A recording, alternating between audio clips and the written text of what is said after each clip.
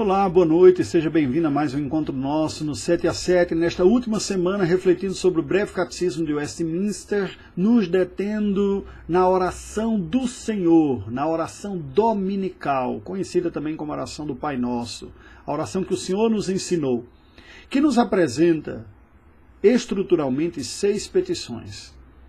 É curioso percebermos que as 3 primeiras petições estão relacionadas a Deus e a sua glória, a sua pessoa, a sua glória, ao seu reino e a sua vontade.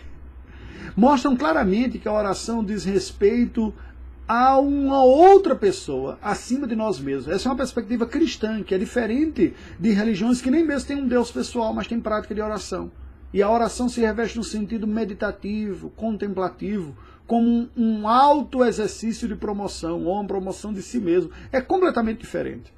Na perspectiva cristã, a oração é um diálogo, é uma abertura de conversa cujo centro é o outro, é Deus.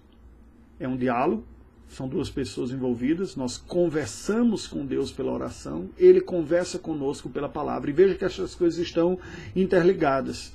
E é precisamente isso que nós vamos perceber aqui na pergunta número 103 do breve catecismo de Westminster. O breve catecismo nos diz o seguinte: pelo que oramos na terceira petição, a resposta, na terceira petição, que é, seja feita a tua vontade, assim na terra como no céu, pedimos que Deus, pela sua graça, nos torne capazes e desejosos de conhecer a sua vontade, de obedecer e de submeter-nos a ela em tudo, como fazem os anjos no céu. Veja que aqui está falando de uma outra necessidade nossa.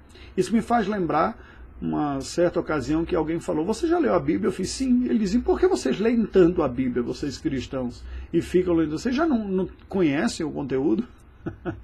Eu falei: o problema não está em conhecer o conteúdo, em ter um conhecimento. Eu já sei o que é que esse livro diz, eu não preciso mais ler. Não se trata disso.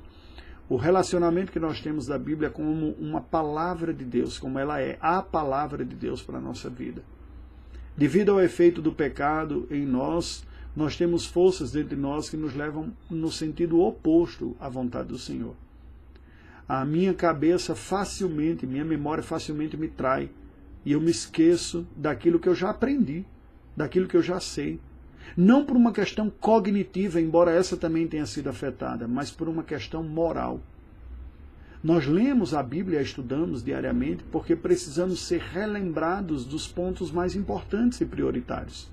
Porque sem essa lembrança, sem esse diálogo com Deus, falando com Ele em oração e o ouvindo falar conosco pela palavra, nós desenvolveremos uma postura egoísta na vida, nos colocando em primeiro lugar os nossos sentimentos. Quando nós oramos, seja feita a tua vontade, nós pedimos em Deus que pela sua graça nos torne capazes de cumprir a sua vontade, desejosos de conhecer a sua vontade, obedientes para nos submetermos a ela em tudo. Olha o que nos diz o salmista no Salmo 119, versículos 34 a 36. Dá-me entendimento e guardarei a tua lei. De todo o coração a cumprirei. Guia-me pela vereda dos teus mandamentos, pois nela me comprazo, tenho prazer. Inclina-me o coração aos teus testemunhos e não à cobiça. Agora, para que eu ande nesse caminho, eu preciso conhecê-lo. O salmista começa dizendo: bem-aventurado é aquele que medita na lei do Senhor dia e noite. O que eu peço nessa oração é: Deus, ajusta a minha vida a esta vontade revelada, que eu a deseje, que eu a conheça mais e que eu a experimente em minha vida. Eu preciso da tua graça, não sou capaz de fazer isso sozinho. Eu preciso da ação do teu Espírito. O apóstolo Paulo fala sobre si mesmo, como Deus o designou como apóstolo, no capítulo 22 do livro de Atos, versículo 14, dizendo o seguinte: então ele disse: o Deus de nossos pais, Ananias, para ele, de antemão te escolheu para conheceres a sua vontade, ver o justo e ouvir uma voz da sua própria boca. 22, 14. A gente pode até continuar. Pelo que terás de ser sua testemunha, no verso 15, diante de todos os homens, das coisas que tens visto e ouvido. Conhecer a vontade.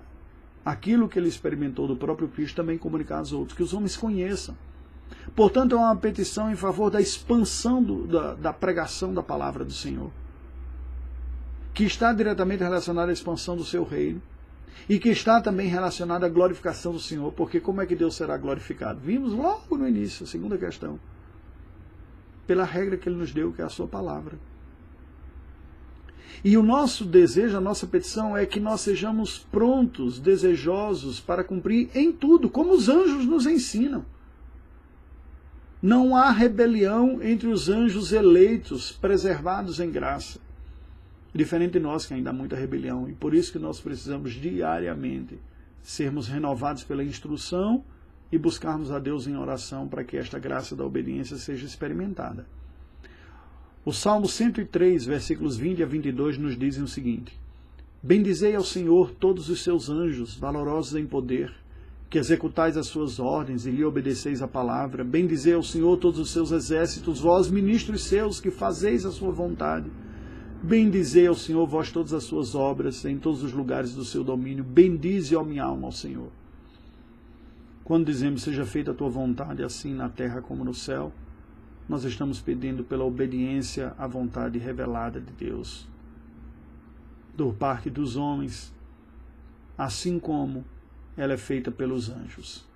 Certamente, uma oração que deve ser feita todos os dias. Certamente, uma oração da qual nós mesmos necessitamos, da graça pela qual pedimos todos os dias. Que Deus nos ajude. Ó Deus bendito, dá-nos a graça de ansiarmos, nos dedicarmos na busca do conhecimento e da prática da Tua palavra. Não somos capazes de fazer isso pela nossa força, por isso te rendemos graças pelo Teu Espírito que habita em nós e pelo Teu Filho Jesus, cumpridor perfeito. E pedimos, dá-nos a graça de crescermos na obediência, de semearmos a Tua palavra para que outros também experimentem a conversão e a obediência. Oramos em nome de Jesus. Amém. Deus nos abençoe.